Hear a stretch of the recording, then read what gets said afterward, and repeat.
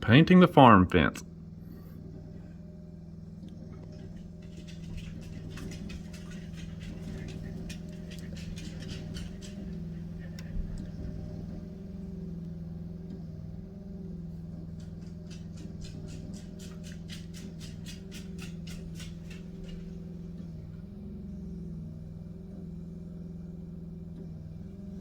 That's how you get it done really quickly. That's also how you spend money really quickly. But I hate painting so bad. It was worth it.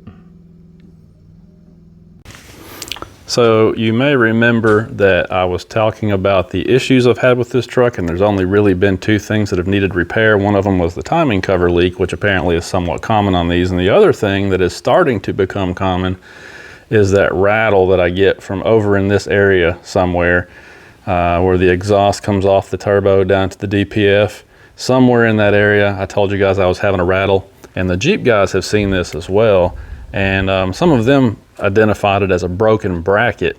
And so I started crawling around under this truck, and I found that it is indeed a broken bracket. There's a band clamp on the low pressure EGR tube that comes off of the exhaust and heads back up toward the engine.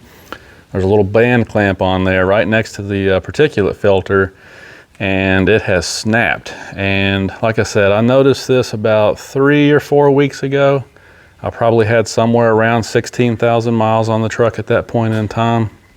So I'm guessing that's about the time that it snapped. Some of the guys on the Jeep forum have seen this happen earlier than 16,000 miles. So just FYI, if you have an EcoDiesel, one of these Gen 3 EcoDiesels, and you start to hear a rattling noise or some strange vibration coming from over here on this side of the truck, you might want to check that out, because there's a good chance you could have a broken bracket. I haven't checked with the dealer yet to see if it's a warranty fix. It should be, but I haven't checked with them on that just yet. Well, I found what the rattle was. So here's the DPF, and right here is a band clamp, and that clamp is broken right here. See it? Sorry about that, the camera's not focusing really well. I'm on my back under the truck and it's not easy to do, but that's where the rattle's coming from. Hey guys, so we finally broke out of that cold, clammy weather. It was like abnormally cold. And I knew this was gonna happen. Now we've gone the opposite direction. So now it's abnormally hot out here.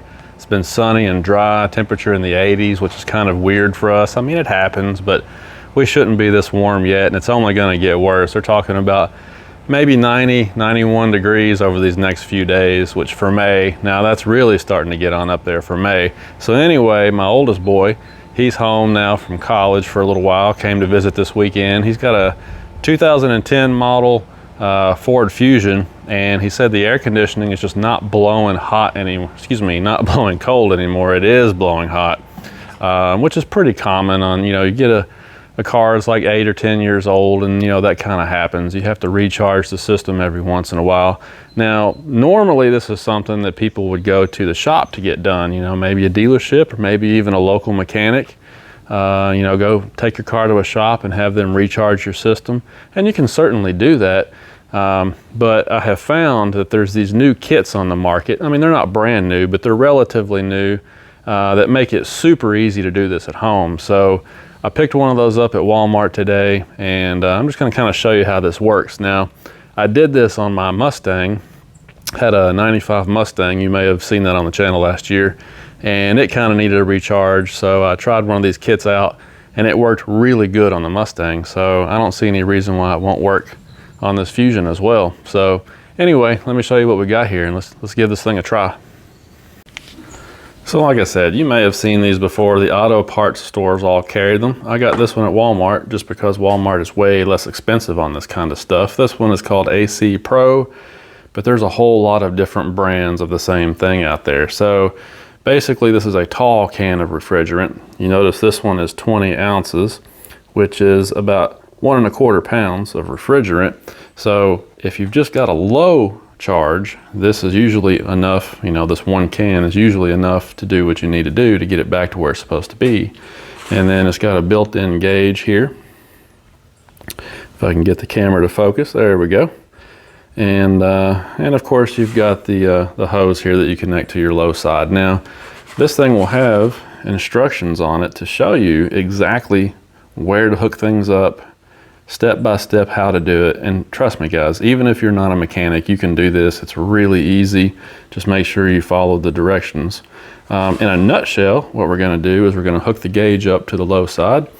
And by the way, the low side port and the high side are different sizes. You can see the connection there. Those are going to be different sizes, so you're not going to mix them up. But anyway, we're going to connect that, and then we're going to use the gauge first just to see where we are, because you know, you could have another issue. But we're going to use this to see where we're at, and then if we're low, which I'm anticipating we will be, then we will use the refrigerant here to fill until we get to the green section there on the gauge. And that's pretty much all there is to it. I mean, like I said, that's the whole point of this, is it's super easy. You can do this at home in no time and save yourself a bunch of money. Now here locally at my Walmart, this was about 30 bucks, you know, so 30 bucks is not bad at all. Alright, so we got the gauge hooked up to the low pressure side over there. And like I said, you won't be able to get them mixed up because it's only one size that'll fit. You can see there that we're at the very bottom of the green. So I'm gonna put a little bit in there. So we got the can hooked up now. You can see the trigger on the back.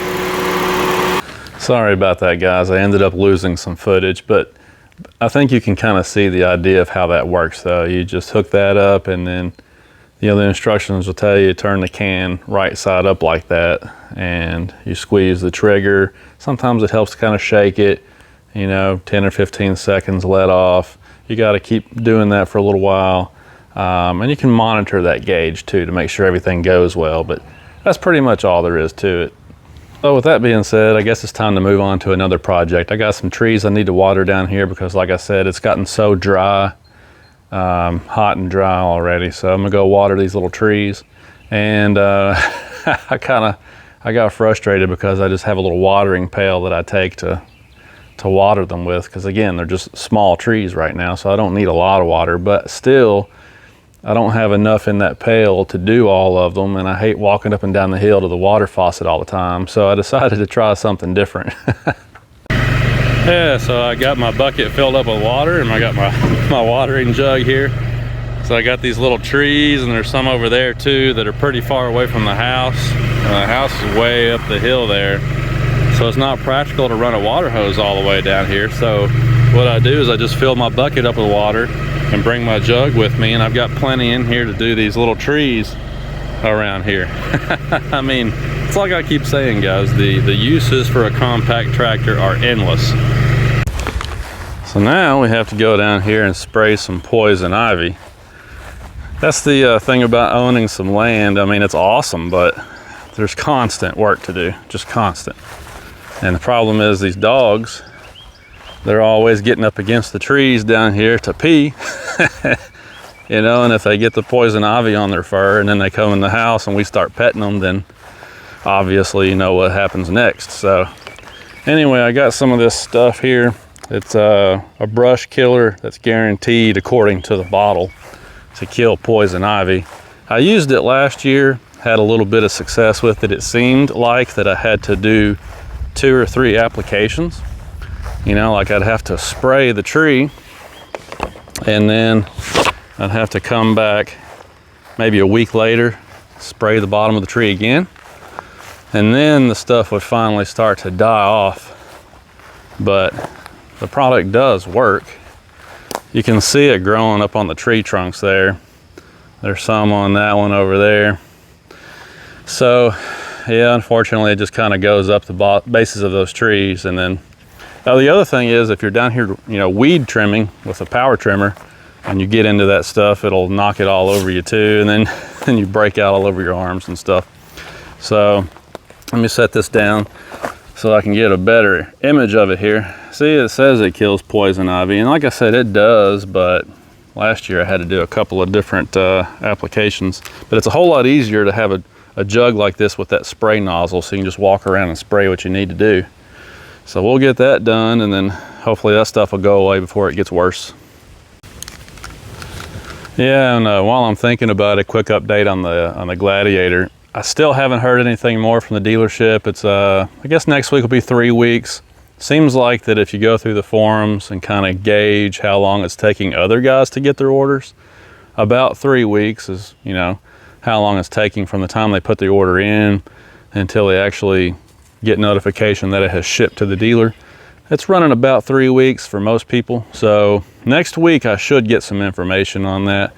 And I'm starting to get kind of excited about it. I'm, you know, going through thinking about how I'm going to build this one, which direction I'm going to go with it, you know. And you guys know I kind of go usually the other direction for most guys. You know, most people who build Jeeps, it's all about how big can you make it, you know, tires, building it for off-road. And like I said, you know, I like to do off-road stuff too, but I need a truck, and I have every intention of using this as a truck, just like I did the other Gladiator that I had. So, which is the reason I went with the diesel engine on this order. So I'm definitely going to be setting it up to use it as a truck first. That's the very first thing we're going to do.